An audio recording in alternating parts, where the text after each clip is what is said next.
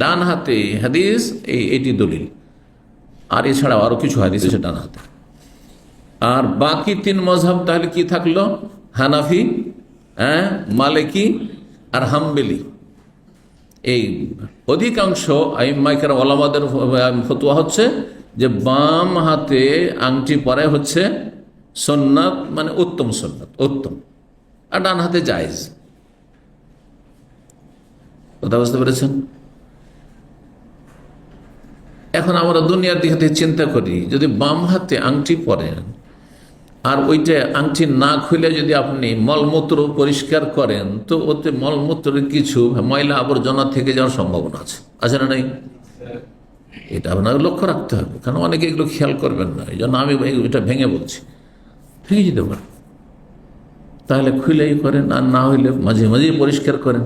হ্যাঁ, ডান হাতে যদি রাখেন তাহলে মলমূত্র জমার তো আশঙ্কা নেই, নাপাক কিছু, কিন্তু তাতে আর সবসময় খাওয়া দাওয়ার দিনে কয়েকবার করে খাওয়া দাওয়া করছেন, তো তাতে আপনার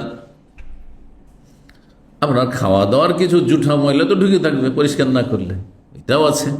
আর ওইটাই আপনার যদি কয়েকদিন ধরে জমে থাকে তাহলে সেখানে ব্যাকটেরিয়া হইতে পারে, আরও কিছু হইতে পারে। তো যাই হোক, ক্ষতির দিকে এগুলো আছে, যেগুলি এজন্য পরিষ্কার পরিচ্ছন্ন থাকা উচিত। তো যাই হোক, ডানও ব্যবহার করতে পারে, বাম ব্যবহার করতে পারে, এটি ফোকাহাদের ইখতলাফ। বাকি আঙ্গুলের ক্ষেত্রে অনামিকা, যেটাতে সাধারণত আমাদের দেশের মানুষরা ব্যবহার করে, এর কোনো দলিল পাওয়া যায় না, তবে জায়েজ হতে পারে, আল্লাহু আলাম। নিষেধের হাদিস রয়েছে, আবার এটাও শুনে রাখেন, নিষেধের সহি হাদিস রয়েছে। কিসে? এই দুটো আঙ্গুলে। মধ্যমাতে নিষেধ রয়েছে, নবী নিষেধ করেছেন। আর তর্জনী, বাংলা যখন বাংলা বলি, তর্জনী আর মধ্যমা, এই দুটোতে নিষেধ করেছেন। জি, খেনসের, বেনসের, ওস্তা, মধ্যমা। ওস্তা মানে মধ্যম, বাংলার সাথে আরবির কিন্তু মিল আছে। ওস্তা এটি হচ্ছে সাব্বাবা বা শাহাদাত, সাব্বাবা বলা হয়, শাহাদাতও বলা হয়। আর এটা হচ্ছে এবহাম, বৃদ্ধা আঙুলকে এবহাম বলা হয়েছে। তাহলে আংটির বিস্তারিত কিন্তু আলোচনা হয়ে গেল, ঠিক না? যে কোন হাতে পরবেন, কোনটা বেশি উত্তম। অধিকাংশ আলেমারা বাম হাতকে পছন্দ করেছেন, কিন্তু ডান হাতে জায়েজ। আর কিছু আলেমারা, শাফি আলেমারা বলছেন যে ডান হাতে। দুই রকমই হাদিস পরস্পর রয়েছে। এই জন্য আরেক দল বলছেন যে সবটাই জায়েজ, মানে একটা আরেকটা চাইতে উত্তম, এ কথা বলছেন না। চার মাযহাবের যেমন ফতোয়া যে একটা আরেকটা চাইতে উত্তম, তাই না? এটি সুন্নাত, এটি জায়েজ। কিন্তু অন্যরা বলছে সবটাই সমান সমান, ডান হাতে বললো যা, আর বাম হাতে বললো তা। আপনার যেটাতে রুচি লাগে তাই করেন। ঠিক ঘড়ির ক্ষেত্রে আমি এটাই বলি যে আপনার রুচি হচ্ছে যে ডানে পড়বেন, ডান হাতে পড়েন, বাম হাতে আপনার রুচি, বাম হাতে পড়েন, যেটা আপনার পছন্দ আপনি আপনার জিনিস পড়বেন, না স্বাধীন আপনি। আর কাকে কেমন লাগছে না লাগছে সেটা তার মন্তব্য করার কোনো অধিকার নেই। বুঝতে পারছেন না? জি। আপনি যদি মনে করেন যে আমি দুটো দিব, কখনো ডানে কখনো বামে, তাও আপনার অধিকার আছে। আপনি কখনো ডানে বললেন, কখনো বামে পড়লেন, জায়েজ, তাও অসুবিধা নেই। 52 নম্বর অধ্যায় হচ্ছে বাবু ইত্তাখাযিল খাতাম। এই অধ্যায় হচ্ছে আংটি তৈরি করা বিশেষ উদ্দেশ্য নিয়ে। আংটি সাধারণত মানুষ ব্যবহার করে কিসের জন্য? সাজের জন্য। এটি একটি সাজ। একসময় আমি ছাত্র জীবনে অনেক বছর কন্টিনিউ আংটি ব্যবহার করেছি, কিন্তু বলি আপনাদেরকে, তখনকার পরিবেশে ছাত্র সমাজের ছিল যে আংটি, বিভিন্ন রকম আংটি ব্যবহার হইত, কিন্তু দামি আংটি না ওগুলো। স্বর্ণ তো হারাম, এমনকি চাঁদিরও ছিল না, সম্ভবত একবার চাঁদির হয়তো ব্যবহার করেছি হয়তো, আর ঠিক যদি ঠিক বলি। আর না হলে এমনি বিভিন্ন আংটি, একটা আংটি হয়তো কয়েকটা কড়া তাতে থাকতো, আর একটা আরেকটার সাথে পাক দিয়ে ওটাকে সেট করে ঢুকাইতে হইতো। দেখেছেন কিনা এরকম আংটি? ওইটা অনেকদিন ব্যবহার করেছি, গোল্ডেন ছিল, কিন্তু স্বর্ণ নয় সাথে। তো যদি কেউ ব্যবহার করে তাও জায়েজ, না ব্যবহার করে তাও, এমন নয় যে আংটির সুন্নাত আপনাকে ব্যবহার করতে, এমনও কিছু নয়। বুঝতে পারছেন না? জি, নবী সাল্লাল্লাহু আলাইহি ওয়াসাল্লাম বিশেষ গরজ আংটি ব্যবহার করছে, ওই গরজ আমার নেই, সুতরাং আংটির প্রয়োজনও নেই। এটা মনে রাখতে হবে যে নবী সাল্লাল্লাহু আলাইহি ওয়াসাল্লাম আংটি ব্যবহার করেছেন, আমাকে করতে হবে না। নবী সাল্লাল্লাহু আলাইহি ওয়াসাল্লাম গরজ ছিল, আমার গরজ নেই। ওনার সিল মোহরের জন্য প্রয়োজন ছিল, স্টাম্পের জন্য, সেই জন্য ব্যবহার করেছে, আমার কি প্রয়োজন আছে? আজকাল অন্য স্টাম্প হয়ে গেছে। জি,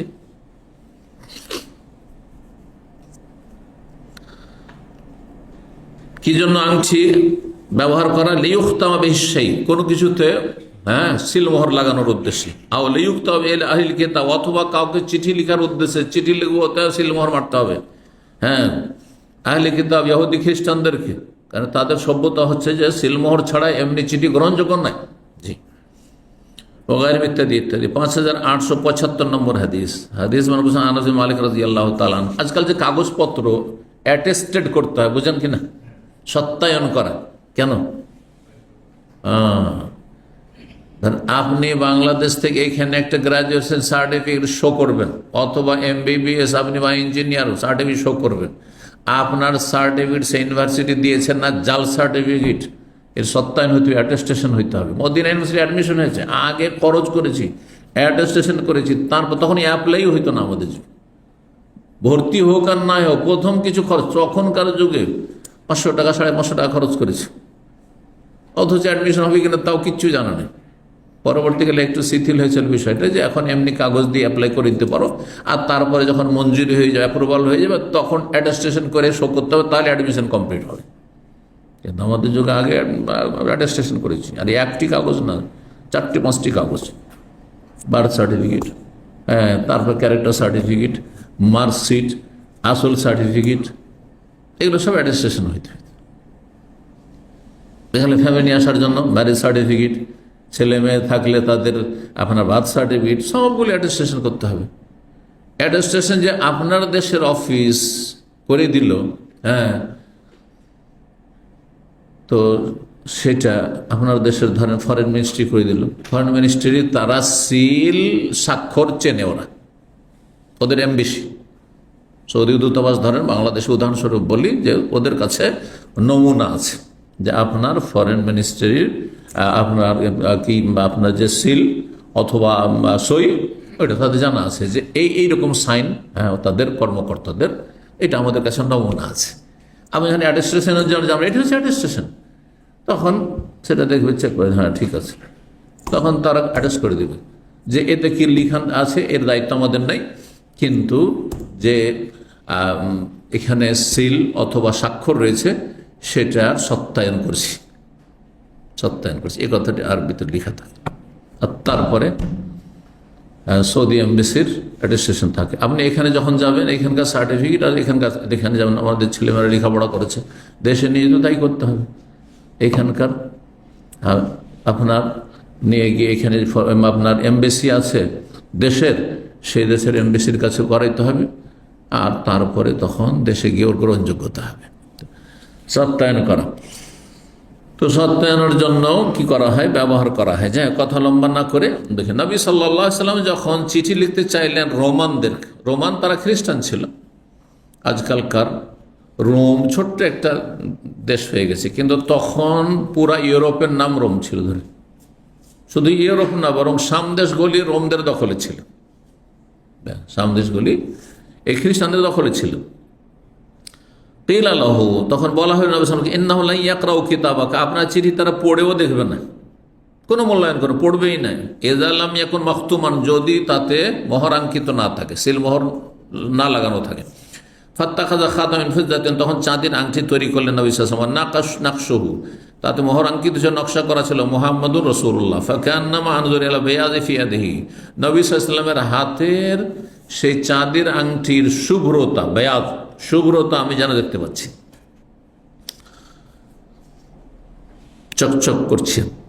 জি, 53 নম্বর অধ্যায় হচ্ছে বাবু মান জাআলা ফাসাল খাতাম ফি বাতিনি কাফি। এই অধ্যায় হচ্ছে কোন ব্যক্তি যদি আংটির যে নকশা রয়েছে, নকশা অর্থাৎ মোহরের জায়গাটি, এটি কি যদি হাতের তালুতে রাখে, এটি নবী সাল্লাল্লাহু আলাইহি ওয়াসাল্লাম করতেন, কিন্তু এর বিপরীত যদি রাখে, সাধারণত আজকাল ওপরে রাখা হয়, সেটা জায়েজ রয়েছে। 5876 নম্বর হাদিস বর্ণনা করেছেন আব্দুল্লাহ বিন মাসউদ বা আব্দুল্লাহ বিন নবী ইস্তানা খাতামিন যাহাবিন, নবী সাল্লাল্লাহু প্রথম একটি স্বর্ণের আংটি তৈরি করেছেন, গতকালকে যেমন হাদিস এসেছিল, আর তারপর তখন স্বর্ণ হারাম হয়নি, আর তারপরে যখন হারাম হলো ওটা ফেলে দেওয়া। জাআলা ফাসসাহু ফি বাতনি কাফি ইযা লাবিসা, যখন তিনি পরতেন, তাহলে বোঝা গেল আংটি সবসময় পরে থাকতেন না, আংটি তৈরি করেছেন কিন্তু সবসময় পরে থাকতেন। যখন পরতেন তখন তার পাথরের দিকটা, ফাসন বলা হয় পাথরটাকে বা পাথরের দিকটাকে, যেখানে পাথর লাগা, পাথর বসানো থাকে, এটিকে তিনি রাখতেন হাতের তালুর দিকে, ভিতরের দিকে। ফাস্তানা নাসু খাওয়াতে মানে যাহবেন, তখন লোকেরাও দেখা দেখি স্বর্ণের আংটি তৈরি করলে যে নবী সাল্লাল্লাহু আলাইহি ওয়াসাল্লাম আংটি পরছেন তো আমরাও পরবো, পছন্দ করতেন নবী সাল্লাল্লাহু আলাইহি ওয়াসাল্লাম, অনুকরণ করা এসব ক্ষেত্রেও। ফারাকিয়াল মেম্বারা, একদিন মেম্বারে তিনি আরোহণ করলেন, ফাহমেদাল্লাহ, আর ভাষণ দিলেন আল্লাহর প্রশংসা করে, ওয়াসনা আলী, গুণগান পেশ করে, আর বলেন ইন্নী কুনতু ইস্তানাতুহু, আমি এই স্বর্ণের আংটি তৈরি করিয়েছিলাম, ওয়াইন্নী লা আলবাসাহু, কিন্তু আজকে থেকে আমি এই স্বর্ণের আংটি পরবো না, ব্যবহার করব না। ফানাবাজু, তারপরে সেটি ফেলে দিলেন। ফানাবাজান নাস, তখন লোকেরাও ফেলে দিল। জুয়াইরিয়া বলছে, ইমাম নাফের ছাত্র বা ছাত্রী, তিনি বলছেন জুয়াইরিয়া সাধারণত মেয়েদের নাম হয়, আল্লাহ আলম, কিন্তু আরবদের মধ্যে অনেক সময় আমাদের সমাজে যেটি মেয়ের নাম এখানে ওটি ছেলের নাম, আবার এখানে যেটা ছেলের নাম আমাদের দেশে মেয়ের নাম। মাউইয়া, মাউইয়া পুরুষ না নারী? হ্যাঁ, এদেশে পুরুষ। সাধারণত যারা ইসলাম সব নলেজ রাখে, সাহাবী মাউইয়া ছিলেন পুরুষ শাসক, 20 বছরের শাসক, কিন্তু আমাদের সব মাউইয়া মেয়েদের নাম রাখে না। তো কখনো কখনো নাম স্ত্রীলিঙ্গের মানে তা লাগানো থাকে, তা হচ্ছে স্ত্রীলিঙ্গ হওয়ার লক্ষণ, মুয়ান্নাস হওয়ার লক্ষণ, কিন্তু সবসময় না। তালহা তো তা আছে গোলতা, কিন্তু তালহা ছেলেদের নাম সবাই জানে, আরবরা জানে, আমরাও জানি। কিন্তু খাদিজা, ফাতেমা তো তা আছে শেষখানে, আর তালহা তো তা আছে। তো তালহাকে আপনি ছেলেদের নাম রাখছেন, আর ফাতেমা মেয়েদের নাম, কেন ফাতেমাকে ছেলের নাম রাখবেন না। কিন্তু কিছু কিছু নামে আরবরা একরকম রাখে, ওই নামটা আমাদের দেশ ছেলের নাম। এখন এ দেশে মানাল নাম রাখছে, মেয়েদের নাম এটি, আর আমাদের সব মানাল মেয়েদের নাম বিশ্বাসই করবে না, বলে ছেলে, ওই তো মানাল, তাই না? নাবিলের মতো, নাবিল নাম যেমন আছে, তাই না? কিন্তু আরবরা কখনো মেয়ে নাম যে মানাল, আবার ছেলেদের নাম কি করা হয়, এটা তো মেয়েদের নাম আরব সমাজে।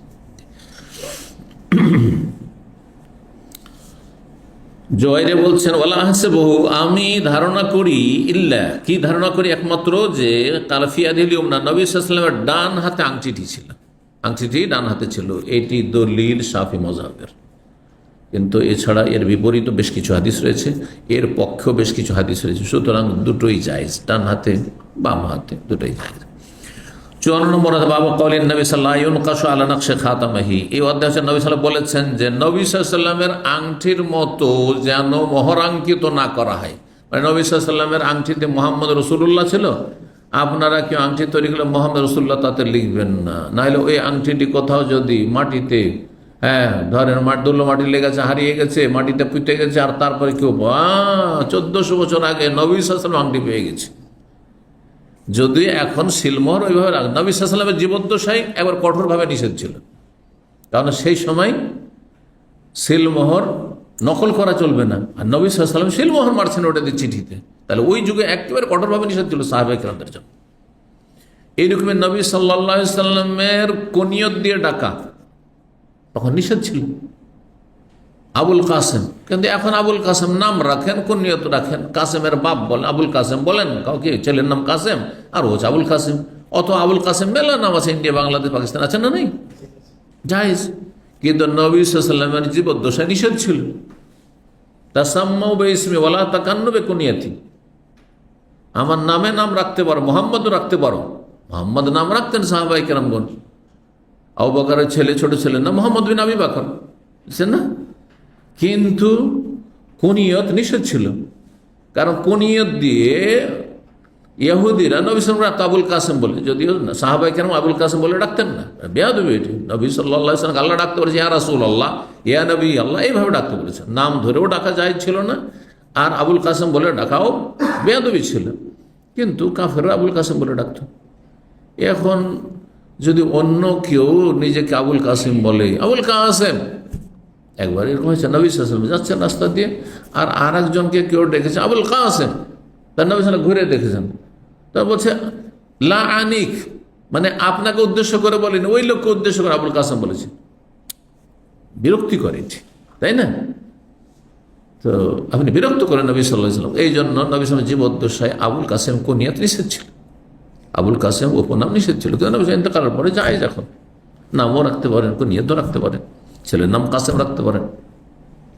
ঠিক ওই রকমই মোহাম্মদ রসুল্লাহ এখন হয়তো জায়েজ হতে পারে, কিন্তু তারপরেও এমন একটা আশঙ্কা আছে, যেটা বললাম, যে আপনার আংটিটা হারিয়ে গেছে, আর কোনো একটা জাহিল বেদাতি পেয়ে গেল, কাজ হয়ে গেছে, তাবারক হাসিল হয়ে গেছে। কারণ নবী সাল্লাল্লাহু আলাইহি ওয়াসাল্লামের আংটি মোবারক পেয়ে গেছে। কাশ্মীরে একবার এক মাজারে হামলা হয়েছিল, ভারতের সেনাবাহিনীর অ্যাকশন হয়েছিল, মিলিটারি অ্যাকশন হয়েছিল অনেক আগে, হয়ে গেল মনে হয় 20-30 বছর। তো 30-এর বেশি, 35 বছর। মদিনায় সম্ভবত ছিলাম তখন, ছাত্র আমরা। ওখানে একটি মাজার আছে, মাজারের নাম জানেন? হজরত বালকি মাজার। হজরত বালকি মাজার মানে হজরত বালের মাজার। তো হজরত বাল কোথা থেকে আসলো?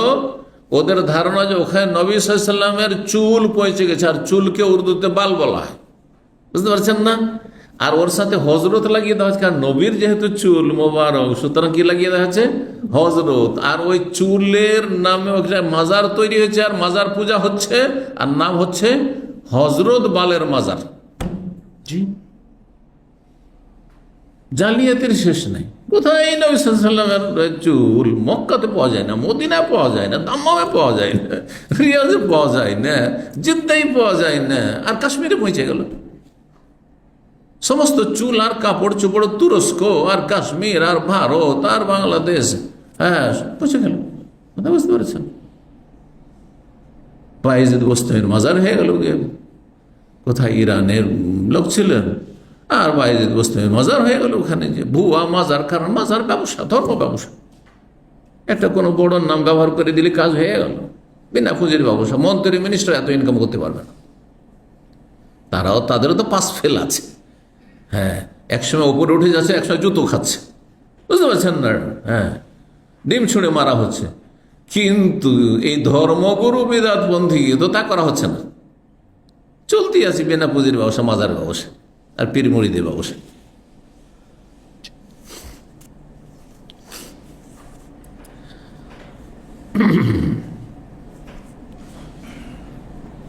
বলছেন 5877 নম্বর হাদিসে যে আন্না রাসূলুল্লাহ সাল্লাল্লাহু আলাইহি ওয়াসাল্লাম ইত্তাখাযা খাতাম, আনাস বিন মালিক বর্ণনাকারী, রাসূলুল্লাহ সাল্লাল্লাহু আলাইহি ওয়াসাল্লাম আংটি তৈরি করলেন মিন ফিজাতে, চাঁদির, ওয়া নাকাশা ফিহি, তাতে মোহর আঙ্কিত করলেন মুহাম্মাদুর রাসূলুল্লাহ, 3টি শব্দ।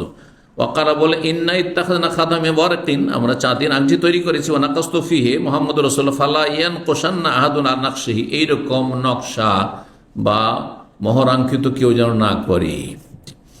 55 নম্বর অধ্যায়, বাবুন হাল ইউজালু নাকশুল খাতাম সালাসাত আস্তর। আচ্ছা, আপনি যদি আপনার নাম লিখেন ধরেন, অথবা কোনো কিছু লিখেন আপনার আংটিতে, আংটির যে পাথরের জায়গাটি, হ্যাঁ মোহরের জায়গাটি, বাংলা শব্দ এর কিছু নেই, কিন্তু আরবিতে আছে ফাসুন, মানে শুধু পাথর নয়, পাথর যেখানে বসানো হয় সেই জায়গাটি, পাথর যেখানে বসানো হয় সেই জায়গাটি। কিছু কিছু শব্দ আছে এক ভাষায় পাবেন, কিন্তু আর এক ভাষাতে একটি শব্দ দিয়ে আপনি অনুবাদ করতে পারবেন না, আছে। প্রত্যেক ভাষায় এরকম কিছু শব্দ পাবেন। তো আপনার নাম ধরেন, বাংলাদেশি নামগুলো বা বাংলার নামগুলো, আমাদের দেশে একজনের 3টা নাম, হ্যাঁ, মোহাম্মদ রফিকুল ইসলাম মিয়া, হ্যাঁ, এটা সৌদিদের কাছে কয়টা নাম হয়ে গেল? 3টা নাম, কমপক্ষে 3টা নাম না। রফিকুল ইসলাম একসাথে লাগানো হয়েছে, ওইটা হয়তো একটাই ধরবে, কিন্তু মিয়াকে একটা নাম ধরবে, আর মোহাম্মদ একটা নাম। হ্যাঁ, আপনার কোনোদিন রফিকুল ইসলাম বলে ডাকবেন না, রফিক বলে ডাকবেন না, বলবে আপনাকে মোহাম্মদ তাল মোহাম্মদ, অথচ মোহাম্মদ আপনার তাবারুক, আর আপনার নামই না, ওইটা বরকতের জন্য রাখা হয়েছে, ঠিক না? তো এখন এই যে নাম লিখবেন, এত বড় নাম লিখবেন, তো 3 লাইন করতে হবে। 3 লাইন করা যাবে কি না, কোনো অসুবিধা নেই। নবী সাল্লাল্লাহু আলাইহি সাল্লামের আংটিতে ওইরকম 3 লাইনে ছিল, 1 লাইনে মোহাম্মদ, আর 1 লাইনে রসুল, আর 1 লাইনে আল্লাহ, করতে পারেন, সমস্যা নেই। ওই কথা বলছেন। 5878 নম্বর হাদিস বলছেন, আনাস রাদিয়াল্লাহু আনহু বলছেন, আন্না আবু বকর লাম্মা উস্তু খলিফা, আবু বকর সিদ্দিক রাদিয়াল্লাহু তাআলা আনহু যখন খলিফা হলেন, কাতাবা লাহু, তখন তিনি লিখলেন, ওয়াকানা নাকশুল খাতাম সালাসাত আস্তর, আর সেই আংটিটির যে মোহরাঙ্কিত ছিল সেটা ছিল 3 লাইনের। মোহাম্মদুন সাতরুন, 1 লাইনে মোহাম্মদ, আর 1 লাইনে ছিল রসুল, ও রসুলুন সাতরুন, সাতরুন মানে লাইন, আর 1 লাইনে রসুল, আর আল্লাহ সাতরুন, আর আল্লাহ শব্দটি আর 1 লাইনে ছিল, আল্লাহটি ওপরে ছিল। কাল আবু আব্দুল্লাহ জাদানি আহমদ হাদাসান আনসারি, তারপরে সেই হাদিসের আরেকটি অংশ আনাস রাদিয়াল্লাহু আনহু বলেন কানা খাতামুন নবী সাল্লাল্লাহু আলাইহি ওয়াসাল্লাম ফি ইয়াদিহি। এখানে মনে হচ্ছে যে নবী আবু বকর সিদ্দিক রাদিয়াল্লাহু খলিফা হওয়ার পরে লিখিয়েছেন, কিন্তু সেই হাদিস যেটা বারবার করে সেটা হচ্ছে নবী সাল্লাল্লাহু আলাইহি ওয়াসাল্লামের হাতের যে আংটিটি সেটি তার কাছে ছিল। একমাত্র হতে পারে যে সেটা হয়তো মেরামত করার জন্য অনেক সময় ভেঙে যাবে, কিছু হয়ে যাবে, সেটা ভিন্ন বিষয়। কিন্তু এখানে বাহ্যিক মনে হচ্ছে যে আবার তিনি লিখেছেন, অথবা সেটা অস্পষ্ট হয়ে গিয়েছিল মোহাম্মদ রসুল্লাহ, তখন সেটাকে একটু আবার নতুনত্ব নিয়ে এসছেন, সেটা হইতে পারে। এই জন্য এই হাদিসে রয়েছেন নবী সাল্লাল্লাহু আলাইহি ওয়াসাল্লামের আংটি ছিল কার হাতে? তাঁর জীবদ্দশায় নবী সাল্লাল্লাহু আলাইহি ওয়াসাল্লামের হাতেই ছিল। অফি আদে আবু বকর বাদাও, তারপর আবু বকর সিদ্দিকের হাতে ছিল। অফি আদে ওমর বাদা আবু বকরের খেলাফতের পর ওমরের জামানে ওমরের হাতে ছিল রাদিয়াল্লাহু আনহুম। ফালামা কানা উসমান, উসমান রাদিয়াল্লাহু খেলাফত আমলে তার হাতেই ছিল। আর একদিন জালাসা আলা বীর আরিস, একদিন তিনি আরিস নামক কুয়ার এক পাড়ে তিনি বসেছিলেন। কুয়ার পাড়গুলো, কুয়া দেখেছেন এক সময়, হ্যাঁ, যেগুলো সরকারি কুয়া হয় 2 রকম কুয়া, একটা ঘরোয়া কুয়া হইতো, তো তার যে পাড়টা থাকতো চিকন থাকতো, হয়তো ওতে বসা যাবে না, মাটিরও থাকতো, পোড়ানো মাটির, দেখেছেন না, দেখেননি কেউ, পোড়া মাটির থাকতো। কিন্তু যেগুলো সরকারি থাকতো, মানে গোটা গ্রামবাসী বা মহল্লাবাসী ব্যবহার করবে, সেগুলি ইট দিয়ে তৈরি করা হইতো, আর ইট সিমেন্টেড হইতো, আর সেটা আপনার যেমন দেয়াল, আজকাল তো দেয়ালও তো আপনার 10 ইঞ্চিরও করে না, 5 ইঞ্চির দেওয়াল উঠাচ্ছে সমস্ত পিলারের ওপর বিল্ডিং, কিন্তু একসময় 20 ইঞ্চি 30 ইঞ্চি পর্যন্ত আপনার কাদার গাড়া দিয়ে যে আমাদের গ্রামাঞ্চলে পাকা বাড়িগুলি তৈরি হয়েছে, 30 ইঞ্চি দিয়ে করতো, 25 ইঞ্চি 20 ইঞ্চি, এবার ধীরে ধীরে 20 ইঞ্চির নিচে হইতো না, কারণ তখন পিলার থাকতো না। ছোটকালে দেখেছি তখন আর পিলার উপরে বিল্ডিং দাঁড়িয়ে থাকতো না, দেয়ালের উপরে দাঁড়িয়ে থাকতো ছাদ। তো ওই যে কূপগুলো, হ্যাঁ, সরকার তৈরি করে দিত, সেগুলি ওইরকম ছিল কিন্তু ইটের। দেখুন আমরাও বসে থেকেছি অনেক সময়, কূপের পাড়ে বসে আছি, অনেক সময় পা বাইরে করে যাতে পড়ে না যায়, আর অনেক সময় সাহসী পা ভিতরে পা করে বসে আছে, খেলাধুলা করেন, এগুলো আমরা করেছি কিন্তু আমাদের যুগে। তো ওই যুগ যারা পেয়েছেন তারা জানেন, বা যাদের এলাকায় এসব ছিল, কারণ সব এলাকাতে কূপ ছিল না, অনেক এলাকায় পানি কাছাকাছি, সুতরাং সেই লোকের নলকূপ চলে এসেছিল। কিন্তু যেসব এলাকাগুলি বরেন্দ্র এলাকা বা অনেক ডিপে গিয়ে পানি পাওয়া যায়, তখন এই নলকূপ দিয়ে কাজ হইতো না, তখন ওই আপনার লাগতো, সরকারি ওই কূপ লাগতো, কুয়া লাগতো, জি। আর সেখান থেকে গোটা গ্রামবাসী পানি নিয়ে আসে লাইন দিয়ে। তো বলছেন যে এই মদিনার এই আরিস নামক কূপের পাড়ে তিনি বসেছিলেন। ফাখরাজ আল খাতামা, আর তিনি ওই সময় তার আঙ্গুল থেকে আংটিটিকে বের করলেন। ফাজালা ইয়াবাসু বিহা, আর সে আংটিটা বের করে তিনি নাড়াচাড়া করছিলেন, হাতে নাড়াচাড়া করতে করতে অনিচ্ছাকৃত পড়ে যায়, তো তাই হয়েছিল। ফাসাকাতা, তারপর তার হাত থেকে পড়ে যায়, ওই নাড়াচাড়া করতে করতে পড়ে গেছে। আর পড়েছে কোন দিকে? তাহলে তিনি ভিতর দিকে পা করে বসেছিলেন, ভিতর দিকে পা করে বসেছিলেন। আনাস বলছেন যে আমরা এই কূপের কাছে দীর্ঘ 3 দিন ধরে প্রতিদিন বারবার করে যেতে থাকলাম। ওসমান রাদিয়াল্লাহু তাআলা আনহুর সাথে, যে চলো একটু আমার আংটিটি তলাশ করে দাও, কারণ এই আংটিটি সাধারণ আংটি না, কার? স্বয়ং রাসূলুল্লাহ সাল্লাল্লাহু আলাইহি ওয়াসাল্লামের আংটি, মোবারক আংটি সেটি। এমনকি ফানানজাহুল বিরা, কূপের সমস্ত পানি উঠিয়ে ফেলে দেওয়া হলো, পানি উঠিয়ে ফেলে দেওয়া হলো একবারে। তারপর কাদাতেও মাটিতেও খুঁজে পাওয়া গেল, ফালাম না যেহেতু, কিন্তু পাওয়া গেল না, আল্লাহর ফয়সালা, আর এটা পাওয়া গেল না। 56 নম্বর বলছে বাবুল খাতাম লেনা, সেই অধ্যায় হচ্ছে নারীদের জন্য, মহিলাদের জন্য আংটি ব্যবহার করা। মহিলারা যদি আংটি ব্যবহার করতে স্বর্ণের ব্যবহার করতে পারে। ওকানা আলা আয়েশা তা খাওয়াতিম যাহাবে, বলছেন ইমাম বুখারী রাহিমাহুল্লাহ যে আয়েশা রাদিয়াল্লাহু তাআলা আনহা তিনি স্বর্ণের কয়েকটি আংটি ব্যবহার করতেন। তাহলে বোঝা গেল যে একটি আংটি শুধু ব্যবহার করতে হবে, 2, 3, 4টে ব্যবহার, বা প্রতিটি আঙ্গুলে কেউ যদি ব্যবহার করে তো বিলাসিতা হয়ে যায়, এমনটাও না। মহিলারা চুড়ি ব্যবহার করে, সর্বনিম্ন একটাও থাকে, আবার এইখান পর্যন্ত মাঝে মাঝে কিছু মহিলা আছে সাজ এইখান পর্যন্ত একবারে পুরা, হ্যাঁ, হালি ভর্তি। তো কথা হচ্ছে যে জিনত সাজ যদি সেটা অপচয়ের পর্যায়ে না চলে যায় তাহলে জায়েজ আছে। তো মা আয়েশা রাদিয়াল্লাহু আনহা কয়েকটি আংটি ব্যবহার করতেন, এখানে যে প্রত্যেক আঙ্গুলে ব্যবহার করতেন, কিন্তু কয়েকটি, সর্বনিম্ন কয়েকটি, হচ্ছে 3টি। একজন মহিলা যদি 3টি আংটি ব্যবহার করে জায়েজ রয়েছে, বা 2 হাতে, এ হাতে 2টো, এ হাতে 1টি, 3টে 4টি, জায়েজ। 5880 নম্বর হাদিস ইবনে আব্বাস রাদিয়াল্লাহু তাআলা তিনি বলেন, শাহিদতুল ঈদ মা নবী সাল্লাল্লাহু আলাইহি ওয়াসাল্লাম, আমরা ঈদের সালাতে উপস্থিত হয়েছিলাম নবী সাল্লাল্লাহু আলাইহি ওয়াসাল্লামের সাথে। ফাসাল্লা ক্বাবলা আল খুতবাতে, খুতবার আগে ঈদের সালাত পড়লেন। এটাই না সুন্নাত? এটাই সুন্নাত।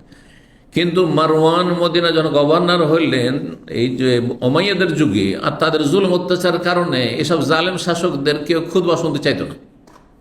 সাহাবায়ে কেরাম বা তাবেঈনরা ঘৃণা করতেন এসব জালেম শাসক, যার ফলে তাদের ভাষণ শুনতে চাইতেন, এদের মুখ থেকে কি ইসলাম শুনবো, বুঝছেন না? আর বেআমল ব্যক্তি, পাপিষ্ট, যদি বিভিন্ন পাপ জুলম অত্যাচার করছে মানুষের ওপর, হক নষ্ট করছে, মারধর করছে, আর তারপরে যদি ইসলামের কথা বলে তো কেউ শুনবে ওর কথা? তো তাই তখন এই বেদাতটি চালু করেছিলেন এই মারওয়ান, হ্যাঁ, মারওয়ানি বেদাত, যে আগে ভাষণ শুনিয়ে নিব, তারপর ঈদের নামাজ পড়ব, জুমার খুতবার মতো করে, বুঝছেন না? ঈদের খুতবা শোনা সুন্নাত, কিন্তু জুমার খুতবা শোনা ফরজ।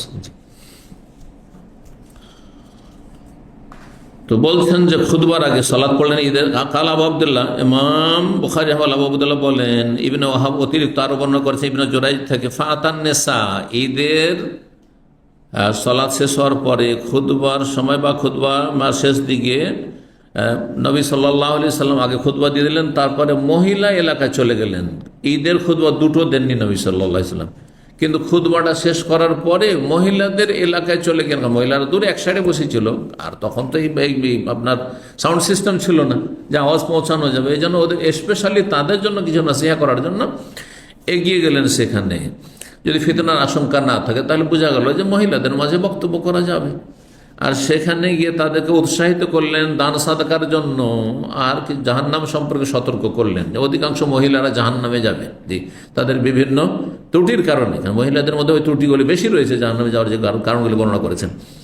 তো মহিলাদের কাছে আসলেন, আর তারপরে সাদাকার জন্য, ইয়া মাশারান নিসায়ে তাসাদ্দাকনা, হে নারীরা তোমরা বেশি বেশি দান খায়রাত করো, ফাইন্নী উরিদুকুন্না আকসার আহলিন নার, তোমাদেরকেই সংখ্যাগরিষ্ঠ জাহান্নামে দেখেছি। মেরাজে গিয়ে জাহান্নামে সংখ্যাগরিষ্ঠদেরকে দেখেছে, সংখ্যাগরিষ্ঠ কাদেরকে দেখেছেন? নারীদেরকে দেখেছেন। আর জান্নাতে সংখ্যাগরিষ্ঠ গরিবদেরকে, দরিদ্রদেরকে দেখে, অভাবীদেরকে। অভাবীরা মোটামুটি অভাবী যারা, মানে একেবারে অভাবী না, আবার আমাদের দেশের ফুটপাতি অভাবীগুলো যারা ডম মেথর রিক্সা চালক, এদের দিনও নেই দুনিয়াও নেই, হ্যাঁ, এই শ্রেণীর গরিব না, আমাদের মতো আপনাদের মতো সাধারণ যারা মোটামুটি কোনো রকম করে সংসার চলছে আলহামদুলিল্লাহ, হ্যাঁ, কখনো একটু কষ্ট হচ্ছে, হ্যাঁ, তো সবর করছেন, আর কখনো সুখ হচ্ছে, আল্লাহ শুকর করছেন, এরাই মোটামুটি দিনটাকে টিকিয়ে রেখেছে। অনেক পয়সাওয়ালাদের মধ্যেও দিন নেই, আর একেবারে পথের ফকিরদের মধ্যেও কিন্তু দিন নেই আজকাল, আমাদের দেশের প্রেক্ষাপটগুলিতে বলছি। আল্লাহ হিদায়াত করুক সব জাতি। তো অভাবের স্বভাব নষ্ট এক শ্রেণীর, আর এক শ্রেণীর আল্লাহর নিয়ামত পয়সা পেয়ে তাদের দিন আকীদা আমল সব নষ্ট, দুনিয়ায় মেতে উঠে, দুনিয়াকে জান্নাত মনে করে নিয়েছে, দুনিয়াকে তারা কামড়িয়ে ধরেছে। নাসাল্লাহ সালামাত ওয়াল আফিয়া। আল্লাহ যেন পয়সাকে কোনখানে দেন, এখানে না এখানে, মনে রাখবেন। আল্লাহ যেন এই যে বুক দেখাচ্ছে, এই পয়সা এইখানে চাই, আমি এখানে চাই না, আমি এখানে চাই, যাতে যে কোনো জায়গায় দান সাদকা করে ছুঁড়ে ফেলতে পারি, বুঝছেন না? আর যার এইখানে পয়সা ঢুকে যাবে, কলিজা ছেড়ে যাবে, পয়সা বের করতে পারবেন না, বুঝতে পারছেন না? আল্লাহ তাজালি দুনিয়া ফি কুলুবিনা, আল্লাহুম্মা জাআলি দুনিয়া ফি আইদিনা, আল্লাহ আমাদের হাতে দুনিয়া দাও, কিন্তু এই অন্তরে দিও। কারণ অন্তরে যদি পয়সার মহব্বত আর স্বর্ণ চাঁদি আর নেতৃত্ব ক্ষমতা, হ্যাঁ, দুনিয়ার প্রভাব প্রতিপত্তি, এসবের যদি মানে মহব্বত চলে আসে, তাহলে আপনি পথভ্রষ্ট হয়ে যাবেন, পথভ্রষ্ট হয়ে যাবেন না, আখিরাত থেকে উদাসীন গাফেল হয়ে যাবে না, জাহান্নামে যেতে হবে। অন্তরে ভরবেন না পয়সাকে, হাতে রাখবেন, দাস বুঝতে হবে, হ্যাঁ কি বলছি, হ্যাঁ না বুঝে অনেকে বলছেন। আমাদের দেশের অধিকাংশ মাহফিলগুলোতে কি হয় বাংলাদেশে দেখেছেন না, বক্তা যদি ভুলও বলে কথা ঠিক না ঠিক, শিরক বেদাত বলছে ওটাও ঠিক, বাতিল বলছে তাও ঠিক, সব ঠিক, কারণ হুজুরে কিবলা ঠিক বলছে তখন ঠিক। এইরকম হইলে হবে না, একটু জাগ্রত হয়ে সজাগ হয়ে কি বলছি শুনতে হবে, যে কোনখানে পয়সা গেলে পয়সা আপনাকে ফেতনায় ফেলে দিবে, আর কোনখানে পয়সা থাকলে আপনি দান খেরাত করতে পারবেন, জাহান্নাম থেকে পয়সা দিয়ে বাঁচতে পারবেন, হাতে থাকলে আপনি দান সদকা করতে পারবেন। হ্যাঁ, আর ভিতরে ঢুকে যায় তো অপারেশন ছাড়া বের করা যাবে না, তাই না? জি। তো ইমাম বুখারী রাহিমাহুল্লাহ বর্ণনা করে বলছেন যে ইবনে জুরাইজ বলেছেন নবী সাল্লাল্লাহু আলাইহি ওয়াসাল্লাম মহিলাদের এলাকায় আসলেন ওই ঈদগাহে, ফাজাআল্লা ইউলকিনা, তাদের যখন উৎসাহিত করলেন দান সাদকার জন্য, তখন তারা নিক্ষেপ করতে লাগলো আল ফাতখা ওয়াল খাওয়াতিমা, বড় বড় আংটিগুলি অথবা মালাগুলি, দুই রকম করা হয়েছে, ওয়াল খাওয়াতিম এবং আংটিগুলি, সাধারণ আংটিগুলি ফি সবে বেলাল, বেলাল রাদিয়াল্লাহু তাআলার কাপড়ে। তাহলে চাঁদা কালেকশনের জন্য গামছা বা চাদর বিছিয়ে চাওয়া এটি জায়েজ রয়েছে।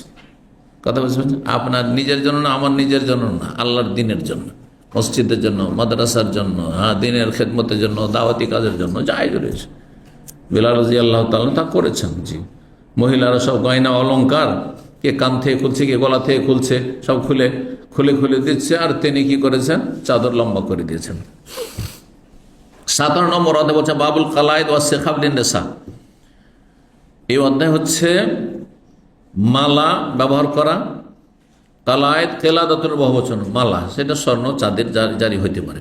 ওয়া সিখাব লিন-নিসা, বিশেষ ধরনের আতর সুগন্ধি অথবা কিছু দানা, আতর সুগন্ধি মিশ্রিত কিছু দানা, যেমন তসবির দানা থাকে, ওই রকম দানা দিয়ে এক ধরনের মালা তৈরি করা হইত সেগুলি। আর কেউ কেউ বলেছেন যে সেই যুগে আপনার কচি মেয়েদের জন্য, নাবালিকা মেয়েদের জন্য ব্যবহার করা হইতো, আর তারপরে শিশুদের জন্য, ছেলে নাবালক ছেলে সন্তানদের জন্য ব্যবহার করা হইতো কাপড়ের মালা। কাপড়ের মালা, জি, গরিবরা একসময় ব্যবহার করেছে, দেখতে ভালো লাগছে ধরনের, এমনি ধরনের মালা, তসবির মতো মালা ব্যবহার করছে। আজকাল তো আপনার কি বলছে, যেগুলো বলা হচ্ছে, হ্যাঁ, যেটা সিটি গোল্ড অথবা বিভিন্ন নাম যে জড়িয়েছে, কি নাম আর সিটি গোল্ডের ছাড়া আজকাল কিন্তু গোল্ড অনেকে ব্যবহার করেন না সাজের জন্য, হ্যাঁ, ইমিটেশন, আর আরও কি কি বলা হচ্ছে এগুলো।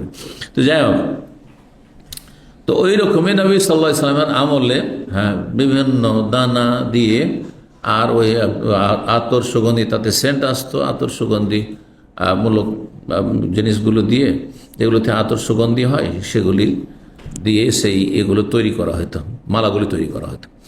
5881 নম্বর হাদিস, সাঈদ ইবনে জুবাইর রাহিমাহুল্লাহ তাবি বর্ণনা করেছেন, ইবনে আব্বাস রাদিয়াল্লাহু তাআলা আনহু থেকে বলেন, নবী সাল্লাল্লাহু আলাইহি ওয়াসাল্লাম একদিন বেরোনে ঈদের দিনে, ফাসাল্লা রাকাতান, 2 রাকাত ঈদের সালাত পড়লেন, ওয়াসাল্লাম ইউসাল্লি ক্বাবলু ওয়ালা বাদু, ঈদের আগে কোনো নফল পড়েননি আর ঈদের পরে কোনো নফল পড়েননি ঈদগাহে। কিন্তু মসজিদে হইলে তাহিয়াতুল মসজিদ পড়েন। মসজিদে ঈদ হচ্ছে যেহেতু আজকাল আরব দেশগুলিতে বা দেশেও শহরগুলিতে, তখন মসজিদে তাহিয়াতুল মসজিদ, কিন্তু ঈদগাহে কোনো তাহিয়াতুল মসজিদ নেই, আর ঈদগাহে নামাজের পরে কোনো নামাজ নেই। তবে বাড়ি এসে 2 রাকাত নামাজ পড়া নবী সাল্লাল্লাহু আলাইহি ওয়াসাল্লাম থেকে প্রমাণিত রয়েছে, বাড়ি এসে পড়তে পারেন আপনি বাসায়। সুম্মাতান নেসা, তার মহিলাদের ওই এলাকায় আসলে ফামারহ নবী সাদাকা, তাদেরকে দান সাদকার জন্য উৎসাহিত করলেন। ফাজাআলাতিল মারাতু তাসাদ্দাকু বিখুরসিহা ওয়া সিখাবিহা, তখন মহিলারা তাদের কানের দুল, খুরস কানের দুল, এবং সিখাবিহা এবং তাদের মালাগুলি খুলে দিতে লাগলো।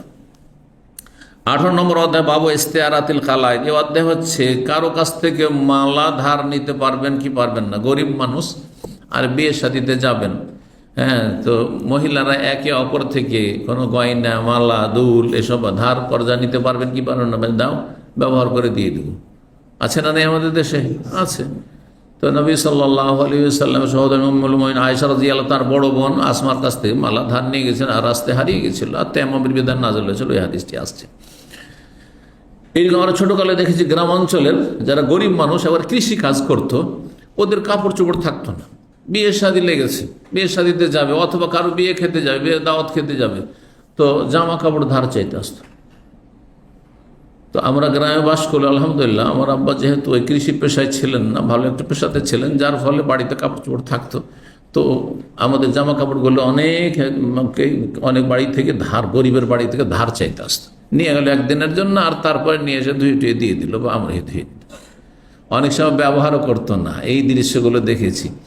একজন মানুষ যাচ্ছে বিয়ে, তো ঘাড়ে করে ওই জামাটা ধার করেছে, ও ঘাড়ি করে নিয়ে যাচ্ছে কাঁধে করে, আর নিয়ে ওই বিয়ে বাড়ির কাছাকাছি যখন গেছে তখন একটু পরে নিল, আর তারপর তখন আবার খুলে নিয়ে, যেমন বিয়ে বাড়িতে বেরোতে আবার খুলে নিল, কারণ পরে জিনিস নিয়ে গেছে, বেশিক্ষণ পরবে না সেটা। সুবহানাল্লাহ, কত অভাব ছিল, কত অভাব ছিল।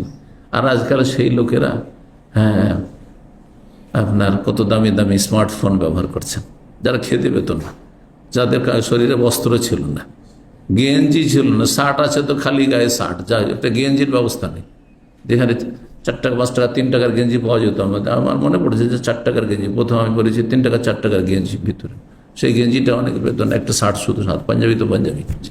আল্লাহু আকবার। তারপর আল্লাহ শুকরিয়া দেয় নেই, আল্লাহ শুকরিয়া দেন বলো আলহামদুলিল্লাহ। 5882 নম্বর হাদিস। হাদিস মানে পাশে মা আয়েশা রাদিয়াল্লাহু তাআলা, তিনি বলেন হালাকাত কেলাদাতুন লি আসমা, আসমা রাদিয়াল্লাহু তাআলা আমার বড় বোনের মালা একটি হারিয়ে যায়। হালাকাত, হালাকা মানে হালাক হয়ে যাও, বাংলাতে হালাক মানে ধ্বংস হয়ে যাওয়া, হ্যাঁ না, কিন্তু আরবিতে হালাক মানে নিঃশেষ হয়ে যাওয়া। এখন মালার ক্ষেত্রে হারিয়ে যাওয়ার অর্থ, হ্যাঁ, কিন্তু কোরআনে কারীম আল্লাহ ইউসুফ আলাইহিস সালাম যে মারা গেছেন ওই ক্ষেত্রে কোরআনে হালাকা শব্দ রয়েছে। সূরা গাফির, সূরা মুমিন, হাত্তা ইযা হালাকা, ইউসুফ আলাইহিস সালাম যখন মারা গেলেন, মৃত্যুবরণ করলেন, কুলতুম লা ইয়াবাসাল্লাহু মিন বাদি রাসূলা, তখন সেই জাতিকে সম্বোধন করে আল্লাহ বলছেন, তখন তোমরা এত ভালোবাসতে ইউসুফ আলাইহিস সালামকে, যে ইউসুফ আলাইহিস সালাম এত সুন্দর মানুষ, আখলাকের দিক দিয়ে আর দেখার দিক দিয়ে এত সুন্দর, তো তারপরে আর আল্লাহ আর কোনো নবী মনে হয় পাঠাবেন না কিয়ামত পর্যন্ত। হাত্তা ইজা হালাকা, এখন বাংলা ভাষায় হালাকা মানে হালাকা করলে কত বড় হ্যাঁ বেয়াদব, আর কাফের ফতোয়া দিত আমার দেশে, যদি হালাকা মানে হালাকা। ইউসুফ আলাইহিস সালাম যখন হালাক হইলেন, বলা চলবে? এজন্য আপনি যখন একজন আলেম হবেন অথবা আরবি পড়বেন বা আরবির তর্জমা করবেন, আপনাকে একটু জ্ঞানী হইতে হবে, অজ্ঞান হয়ে তর্জমা করলে হবে না। বোঝা গেছে না? জি। আল্লাহ কোরআনে বলেছেন ওয়াজাদাকা দাল্লান ফাহাদা, দাল্লান মানে কি? সূরা ফাতিহাতে ওয়ালা দাল্লিন মানে পথভ্রষ্ট। এখানে খ্রিস্টানদের কথা আছে, সেজন্য পথভ্রষ্ট অর্থ করবেন, কিন্তু আল্লাহ নবীকে বলছেন হে নবী ওয়াজাদাকা দাল্লান, তোমাকে আল্লাহ দাল পেয়েছেন, পথভ্রষ্ট চলবে অনুবাদ করা? হ্যাঁ, তাহলে গোটা দেশের যত বেদাতি সব কাফের আপনার ফতোয়া দিয়ে দিবে, আসলেই কাফের হয়ে গেছে। তাহলে আপনার আদবের খেয়াল রাখতে হবে যে আমাদের সমাজে গোমরা বা পথভ্রষ্ট শব্দটি এটি হচ্ছে হ্যাঁ মানে এখানে প্রযোজ্য না। তাহলে কি করতে হবে? দল্লন মানে দিশেহারা, আমি এর আগে শিখিয়েছি, দিশেহারা। দেখেন দিশেহারাতে বেয়া দিবে না। আমি নিজেই বলছি, ভাই আমি একটা নতুন জায়গায় যাচ্ছিলাম, তারপরে এত রাস্তাঘাট, আমি দিশেহারা যাবো কোন দিক। আজকাল দাম্মাম থেকে বাইরে যেতে এত রাস্তা হয়ে গেছে, একসময় দাম্মাম মানে এত আমাদের কাছে ছোট ছিল আজকের থেকে আপনার 25 বছর আগে বা 27 বছর আগে, যে গোটা দাম্মাম ঘুরেছি গাড়ি নিয়ে, কোনো লোকেশন না, কিচ্ছু না, প্রতিটি মহল্লার গলি পর্যন্ত চিনি পুরাতন দাম্মামের। এখন নতুন দাম্মামের এত এত রাস্তা হয়েছে যে আমরা নিজেকে দিশেহারা হয়ে যাই। এখন দিশেহারা মানে গোমরা, আর গোমরা মানে পথভ্রষ্ট। তো এখানে কি বলা যাবে যে এসব রাস্তায় গিয়ে আমি গোমরা হয়ে যাচ্ছি? গোমরা মানে তো হারিয়ে দেওয়া, রাস্তা হারিয়ে দেওয়া, কিন্তু এখানে চলবে না। দিশেহারা বললে ঠিক আছে, ঠিক না? এই জন্য ভাষার হ্যাঁ যেটাকে বলা হচ্ছে রুচি অত্যন্ত গুরুত্বপূর্ণ, যেটাকে বলা হচ্ছে রুচিপূর্ণ কথা বলা, অথবা মানে যেটাকে বলা হচ্ছে একটা হচ্ছে দৃষ্টিকটু, আর একটা হচ্ছে হ্যাঁ শোনার ক্ষেত্রে যেটা কটু, কি বলে শোনার ক্ষেত্রে একটা সুন্দর বাংলা শ্রুতি, হ্যাঁ হ্যাঁ শ্রুতি মধুর ভালোটাকে, আর এর বিপরীতে কোন কি শ্রুতি কটু বলা যেতে পারে, এরকম একটা শব্দ। তো শুনতে যাতে খারাপ না লাগে আপনাকে, জি এইরকম ভাষা আপনাকে প্রয়োগ করতে হবে। যাই হোক, তো নবী সাল্লাল্লাহু আলাইহি ওয়াসাল্লামের এই ঈদের খুতবা, আর তারপরে মহিলাদের সাহাবিয়াদের দান সাদকার কথা আসলো। তারপরে তারপরে মালার কথা, মালা ধারণার কথাতে আছে আমরা। তো মায়েশা রাদিয়াল্লাহু ধার নিয়েছিলেন বোনের মালা। যখন হারিয়ে গেল এইটি মালাটি, কোন এক জায়গায় নেমেছেন মায়েশা রাদিয়াল্লাহু তাআলা না, সবাই নেমেছে, আর তারপরে হাতটা খসে পড়ে গেছে। তার তলাশির জন্য, তলাশ করার জন্য নবী সাল্লাল্লাহু আলাইহি ওয়াসাল্লাম পাঠালেন রিজালান, বেশ কিছু লোককে। ফাহাদারতে সলা, আর সেই সময় ফজরের সময় ছিল, ভোর রাত্রে অবতরণ করেছেন। সারা রাত সফর করে করে যখন ক্লান্ত হয়েছেন, তো শেষ রাতের দিকে কিছুক্ষণ বিশ্রামের জন্য সেখানে নেমেছেন। যেখানে নেমেছেন আর শৌচকার্য পুরা করার জন্য মাঠে একটু দূরে গেছেন, তো ওইখানে হারিয়ে থেকে গেছে। দুইবার ঘটনা ঘটেছে, একবার হারিয়ে পাওয়া যায়নি, আর একবার যেখানে পড়েছে ওখানে উট বসে গেছে, উটের পেটের তলে পড়ে ওইটা পাওয়া গেছিল। তো একবারে তেমন ঘটনা নাজেল হয়, আর একবারে মিথ্যা অপবাদ দেওয়া হয় মায়েশা রাদিয়াল্লাহু তাআলা আনহার উপর। দুইবার হারানোতে এই দুই ধরনের ঘটনা ঘটে থাকে। তো সলাতের সময় হয়ে গেল, ওয়ালাইসা আলা ওযুইন, কারো উজু ছিল না, কারণ রাত্রে তারা সারা রাত চলেছেন আর বিশ্রাম করেছেন, ঘুম চলে এসেছিল। ওয়ালাম ইয়াজিদু মান, আর আশেপাশে কোথাও পানিও নাই। ফাসাল্লাউ, তারা সলাত পড়লেন। অন্য রিওয়ায়াত ওয়াহুম আলা গায়রি ওযু, বিনা উজুতে। আর তায়াম্মুমের বিধান নাজেল হয়নি, তাহলে বিনা উজুতে বিনা তায়াম্মুমে নামাজ পড়েছেন, এই মাসলা জানা আছে? আপনি এমন জায়গায় আছেন যে আপনার কাছে পানিও নেই আর মাটি নেই, আর নামাজের রক্ত চলে যাচ্ছে, কি করবেন? থাক, কাজা করে নেব, এক সপ্তাহের নামাজ একসাথে পড়ে নেব, চলবে না? মোটেই জায়েজ নাই। ওয়াক্ত পার হওয়ার আগে জোহর আসর মাগরিবের আগে আগে সারতে হবে নাকি?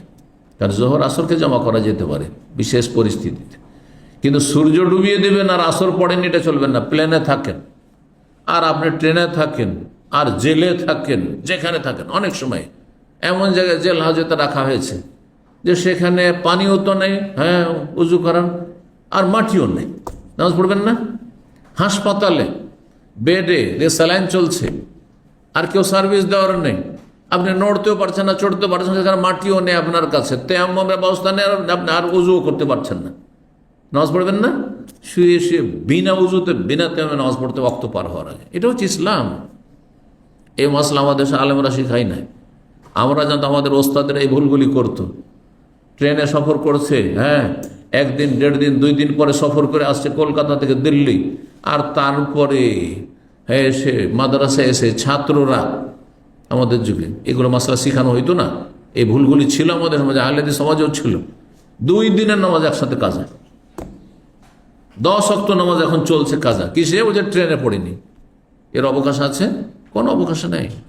ট্রেনে পানির ব্যবস্থা আছে, বলছে কি বলা মুখী হইতে পারে না, দরকার না, কি বলা ওয়াক্ত আগে, ওয়াক্তের মধ্যে নামাজ পড়তে হবে, বিনা কি বলাতে নামাজ পড়তে হবে, দাঁড়াইতে পারি না, বসে পড়তে হবে, বসতে পারি না, শুয়ে পড়তে হবে, নামাজ পড়তে হবে ওয়াক্তের ভিতরে। জিহাদের ময়দানে নবী সাল্লাল্লাহু আলাইহি ওয়াসাল্লাম সাহাবারা নামাজ পড়েছেন। যুদ্ধ চলা অবস্থায় ওয়াক্ত পার করতে দেননি, চোখের ইশারাতে নামাজ পড়তে হবে।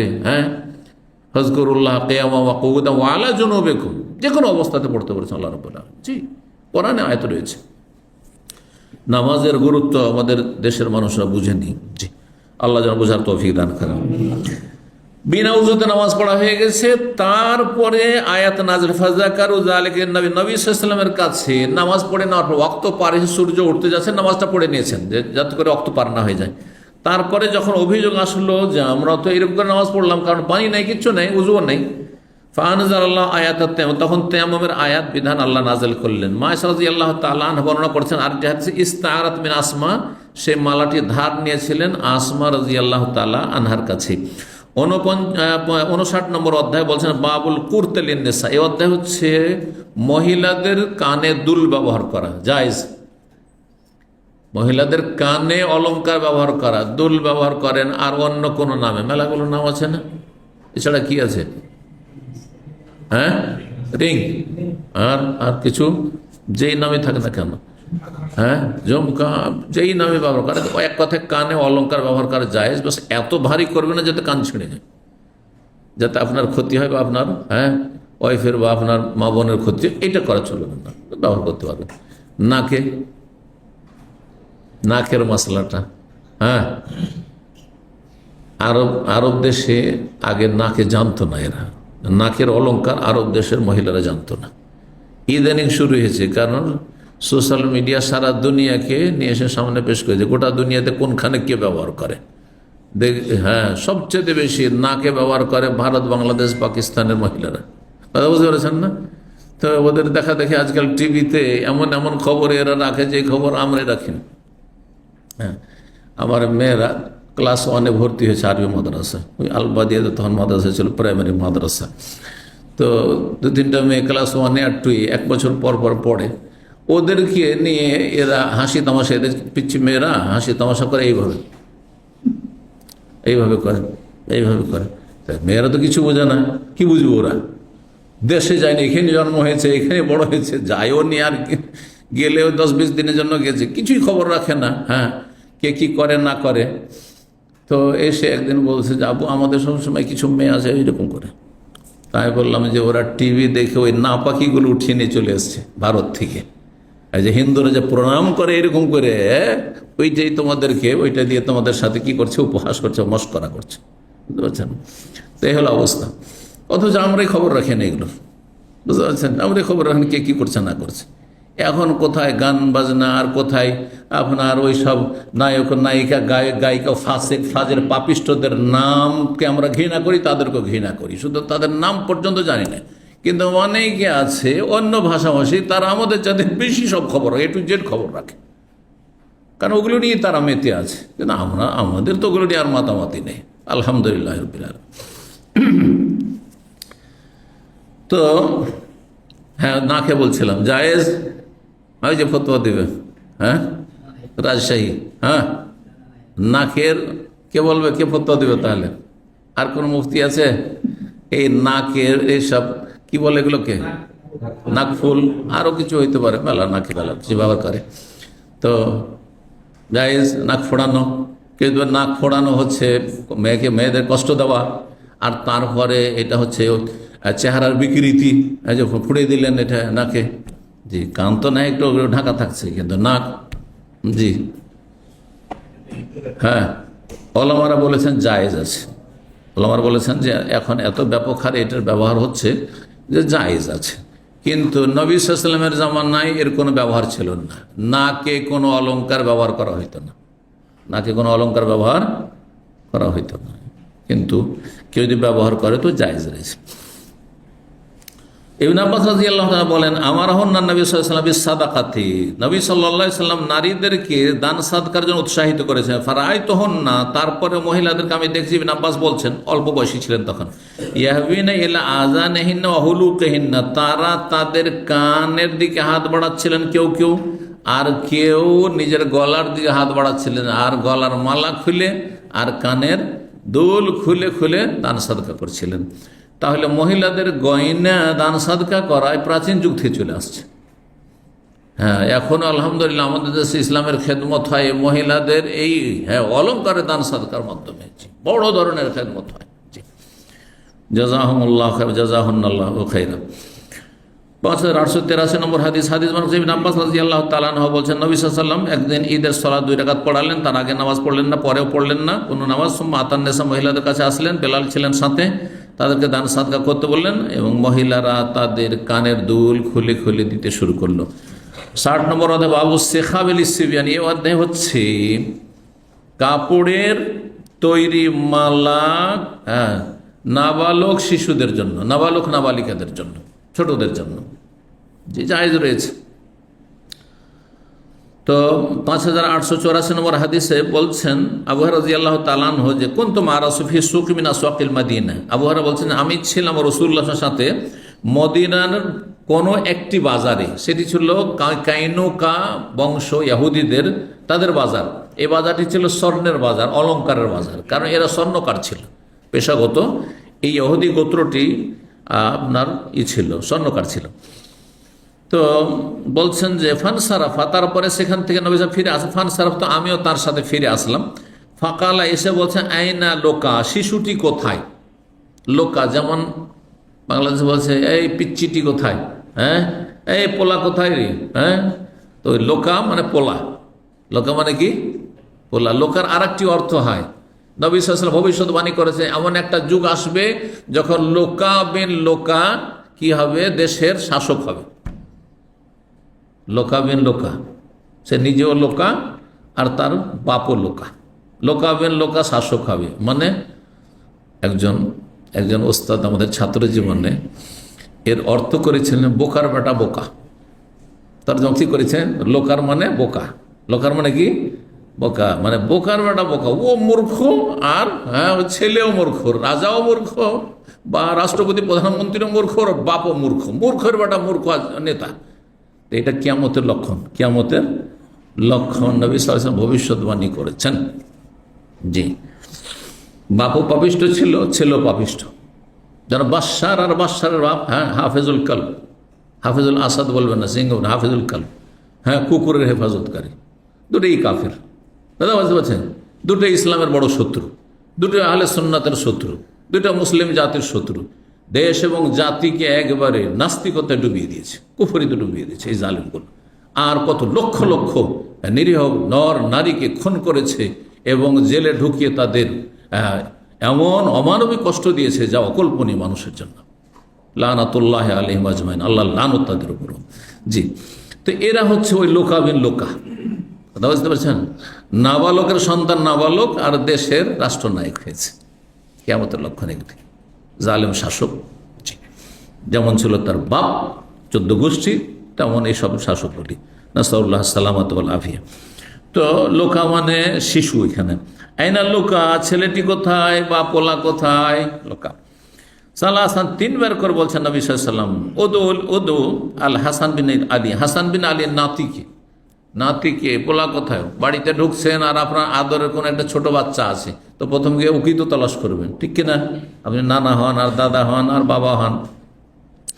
ফাকাম আল হাসান বিন আলী আমশি, তখন হাসান বিন আলী রাদিয়াল্লাহু তাআলা হাঁটতে শিখেছেন, ছোট্ট বাচ্চা শিশু, হেঁটে আসছেন। অফি অনকেই শেখাব, সেই সময় তার গলায় ছিল কাপড়ের তৈরিকৃত মালা।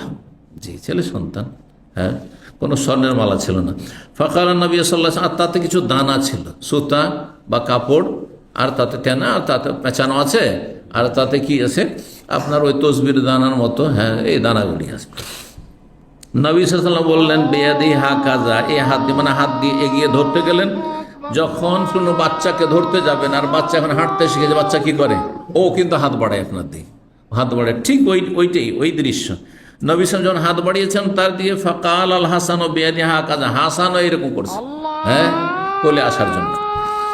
ফালতাজামাহু, নবী সাল্লাল্লাহু আলাইহি ওয়াসাল্লাম তাকে জড়িয়ে ধরলেন কোলে আর বললেন, আল্লাহুম্মা ইন্নী উহিব্বুহু, আল্লাহ এই হাসানকে, আমার নাতিকে আমি ভালোবাসি। ফা আহিব্বাহু, আল্লাহ তুমিও ভালোবাসো তাকে।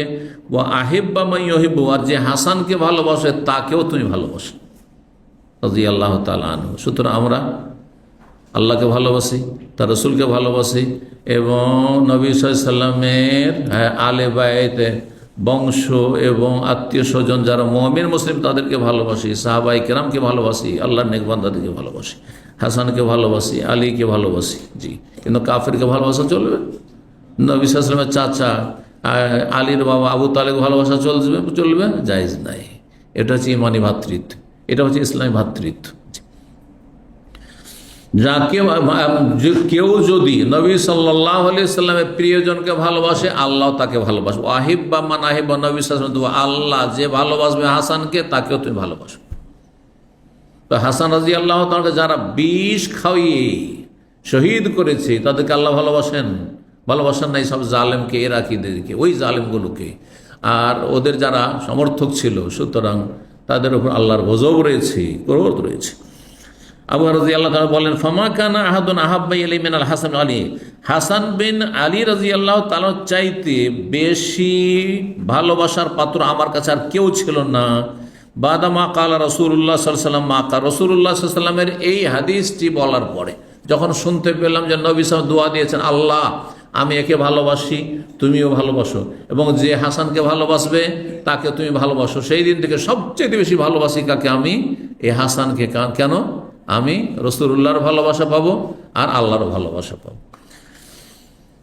61 নম্বর অধ্যায় হচ্ছে বাবুল মুতাশাব্বিহিনা বিন নিসা ওয়াল মুতাশাব্বিহাত বির রিজাল। এই অধ্যায় হচ্ছে এমন পুরুষদের সম্পর্কে যারা নারীদের বেশ গ্রহণ করে আর ওয়াল মুতাশাব্বিহাত বির-রিজাল, আর এমন নারীদের সম্পর্কে যেসব নারীরা পুরুষদের বেশ ধারণ করে, জি বেশভূষা গ্রহণ করে। 5085 নম্বর, এরা কেমন? এদের ওপর আল্লাহর কি রয়েছে? লানত রয়েছে, রসুলের অভিশাপ রয়েছে, বদদোয়া রয়েছে, এবং আল্লাহর রহমত থেকে বঞ্চিত করেছেন নবী সাল্লাল্লাহু আলাইহি ওয়াসাল্লাম। এই জন্য যেসব পুরুষরা একটু মেয়েলি ভাব ধরে তাদের উপর লানত রয়েছে, তারা গুনাহগার। লানা রাসূলুল্লাহ সাল্লাল্লাহু আলাইহি মুতাশাব্বিহিনা মিনার রিজাল বিন নিসা, রাসূলুল্লাহ সাল্লাল্লাহু আলাইহি ওয়াসাল্লাম অভিশাপ দিয়েছেন, বদদোয়া দিয়েছেন এমন পুরুষদেরকে যারা বেশভূষা গ্রহণ করে বিন নিসা, নারীদের। এইরকমই ওয়াল মুতাশাব্বিহাত মিনান নিসা বির রিজাল, আর ওইসব নারীদেরকে লানত করেছেন, অভিশাপ দিয়েছেন রাসূলুল্লাহ সাল্লাল্লাহু আলাইহি ওয়াসাল্লাম যেসব নারীরা পুরুষদের বেশভূষা গ্রহণ করে। এখানে আজকের আলোচনা শেষ করছি। জাযাকুমুল্লাহ খাইরান। সুবহান রাব্বিকা রাব্বিল ইজ্জাতি আম্মা ইয়াসিফুন ওয়া সালামুন আলাল মুরসালিন ওয়া আলহামদুলিল্লাহি রাব্বিল আলামিন।